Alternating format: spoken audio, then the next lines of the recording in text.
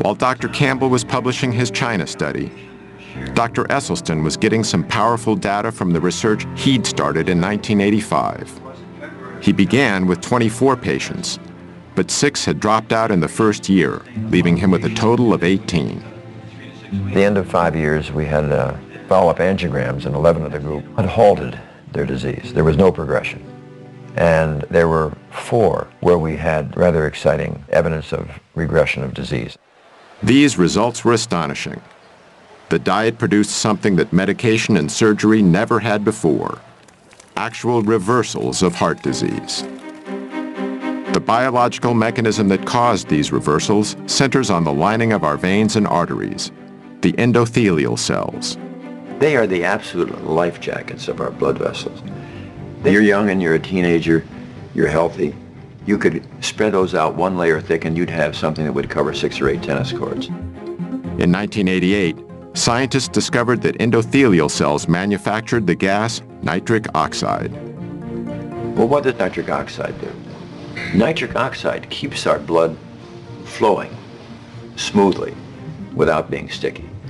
It also helps to dilate constricted blood vessels during physical activity and inhibits the formation of plaque. And most importantly, nitric oxide is a powerful force for eliminating the inflammation that seems to go with this plaque. However, scientific tests have demonstrated that when we start eating the typical Western diet, our endothelial cells are damaged. When you're getting to be in your 40s and 50s and 60s and you've been slaughtering your endothelial cells, you don't have those 6 or 8 tennis courts. You may be down to 1.5 or 2, and they can't protect you. Yet according to Dr. Esselstyn, when we begin eating a whole foods plant-based diet, the damage to our endothelial cells not only stops, it starts to reverse.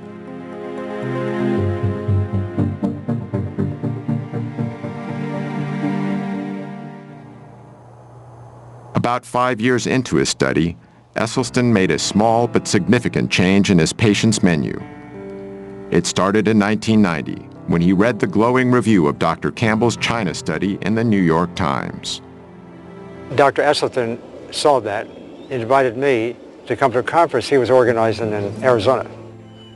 These 2 revolutionaries, who up until then had been on similar but separate paths, finally met face to face. On the one hand, I'm coming from the scientific route, getting some ideas. He's coming from the clinical route and doing some dramatic research. Here's the science, here's the clinical evidence. Put the 2 together is amazing. When he learned of Campbell's research, Esselstyn removed dairy products from his patient's diet. The results of his ongoing study continued to be impressive, and in 1995, he published a paper detailing them in a noted scientific journal. Yet one of Esselstyn's most remarkable success stories involved a colleague of his at the Cleveland Clinic, Dr. Joseph Crow. Actually, I was active, healthy, very busy, mid-40s, absolutely no risk factors at all for any heart problem. But Dr. Crow, even with what was considered to be a healthy cholesterol level, was actually ravaged by heart disease. This angiogram, taken after his first nearly fatal heart attack in 1996, shows how badly damaged one of his coronary arteries was. This angiogram was done after less than 3 years of entirely dietary treatment.